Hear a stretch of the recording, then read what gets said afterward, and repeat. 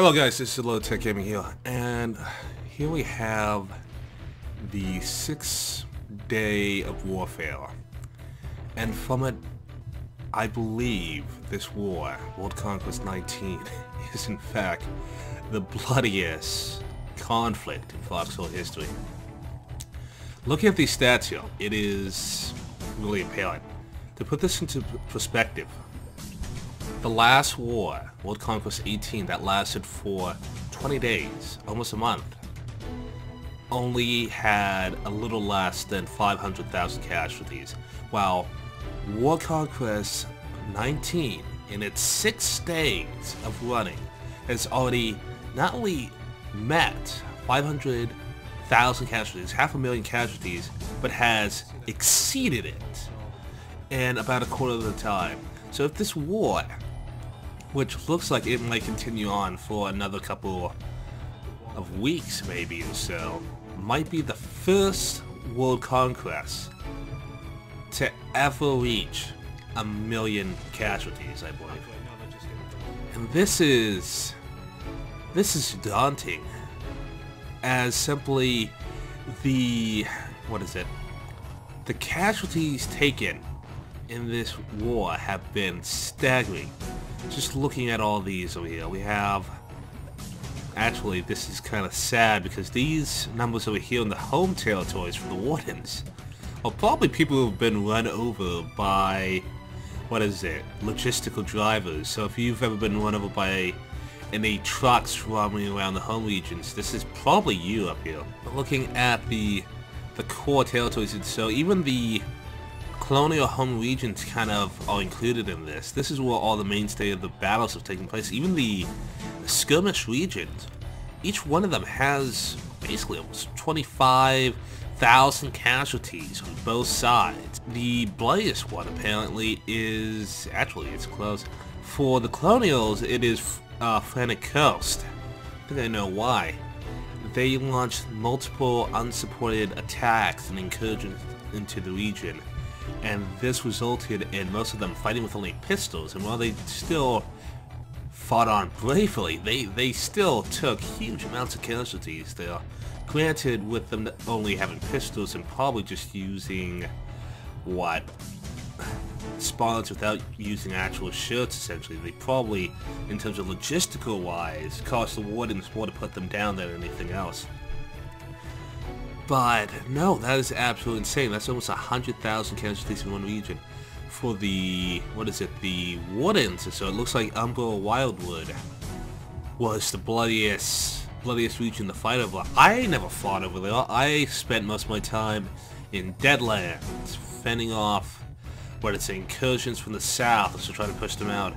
I spent my first battle in Farnack Coast fighting the endless wars, trying to push them out of the south, and then dealing with their incursions to the north or so when they would launch naval invasions from behind. Endless Shore, I would be part of contingency movements trying to prevent them from zerging out and taking other positions or so if they took like a fort on the coastline. I fought in Hotlands for a time or so during, I think 2 days ago, when we thought the war was going to be over relatively quickly. And I also fought in Westgate, I think briefly or so, really not any stretch or any longevity of time, essentially. And I think of the skirmishes, I only took part in one. I only fought in Orebreaker, and that was because I wanted to see if I could, because I know that you could have neutralized actual port bases previously, so I wanted to see if that was still possible. It's not, so essentially these skirmishes around,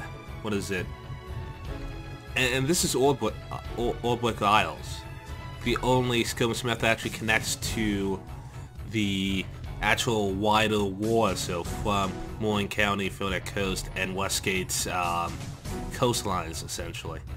But the Great March, Fisherman's Row, Legion Trail, and now Tempest Island. Tempest Island's been added to this. They added another one because maybe I'll digress into a little bit here.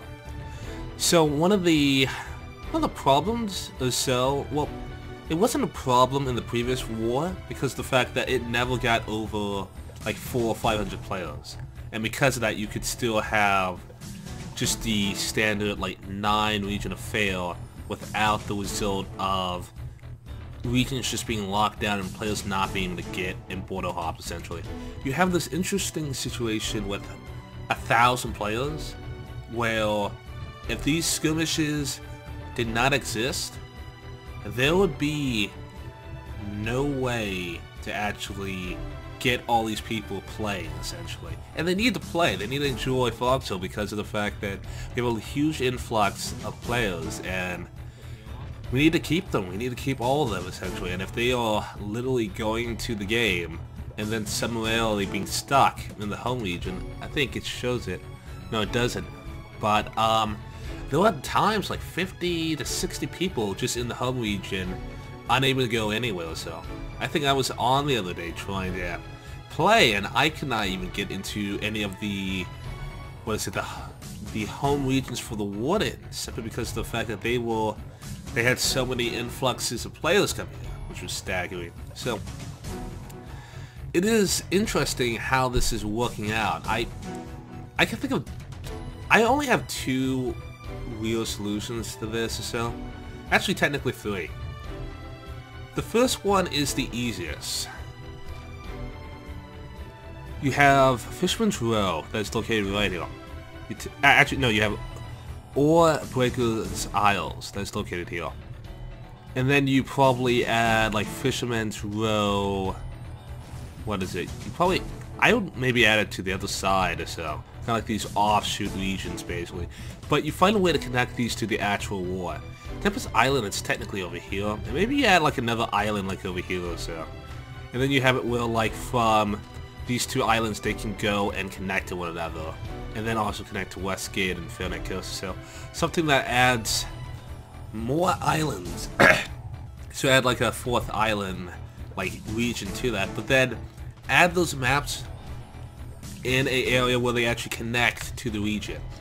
Or what I would like is for them to redo the regions where they have it where there's more density. So either make it so it's like 4x12, where the landmass is extended outward by another tile going down here by 3, and then put it in like the middle section over here, maybe between Callahan's Passage and whether it expands going down the line over here, so we have another 3 regions to fight over.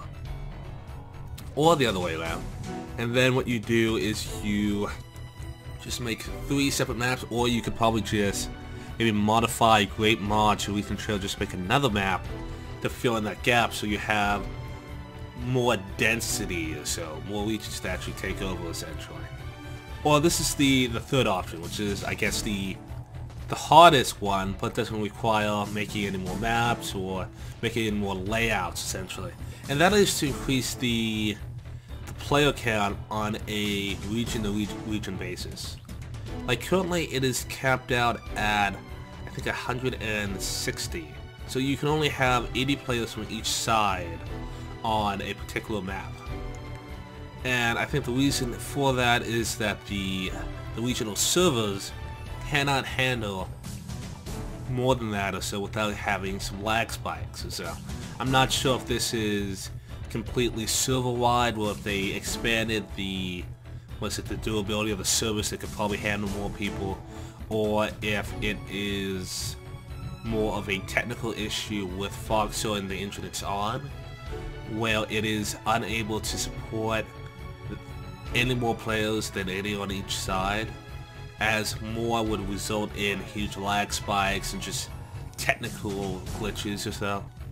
I don't have any solutions to this. I just feel that if they could maybe expand the player counts on a technical level from 160 to 200 or 220 or something, with 100 to 110 players on each side, we could have it where they have more dynamic fights or so, and we don't need to have these skirmishes that are kind of off the wall or so, because they, I don't know, I just find them really off-putting or so, because you might as well do what they've already done actually, and are currently doing, where they have these off servers essentially, where they have these 2 different skirmish maps designed around providing players the ability to actually play the game while not being part of the world conquest, which just seems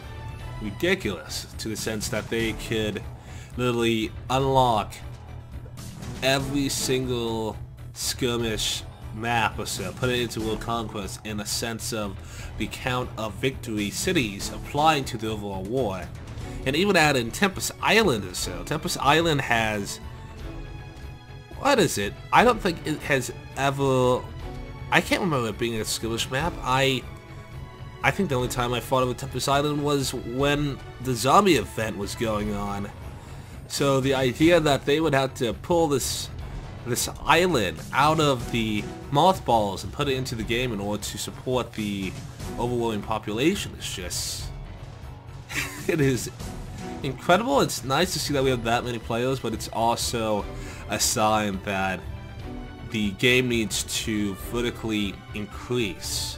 So there has to be a wider dimension within the core of World Conquest to support these larger wars essentially. Otherwise, it has the risk of deterring people. So imagine just buying the game. You just bought the game or so for sale. You've started the game, you've picked your faction, and then you're stuck in the home region essentially trying to get into a match essentially. Or worse, you had a good time the last day, and then you got on again the very next day, and you are now unable to, you're finding it difficult to get into an actual match. You're waiting in the queue for like 10 to 20 minutes to no avail, so, and you want to fight in the giant war, but the game just won't let you essentially.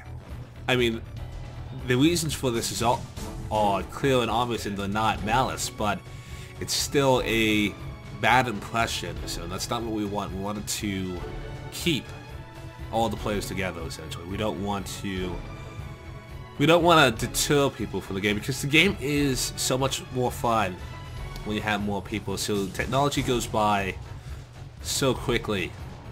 Like, I've even interrogated colonial POWs, and they might have battle takes by the time this video is up on the 19th or so. So that's kind of scary. That's absolutely kind of scary. It also means that the technology tree could be expanded. Though in smaller wars, so it would take dauntingly huge amounts of time to get there.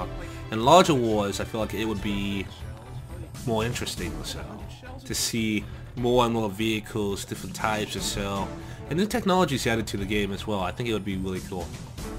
But anyway, cheers to World Conquest 19 being the absolute bloodiest war in Foxhole history. And I can't wait to see how worse this gets. As well, as 6 days into it, the Colonials have almost fortified all their home regions, so we have no idea how long this war is going to take or so, but we'll have to see what happens. Anyway, take care, and I'll see you guys next time.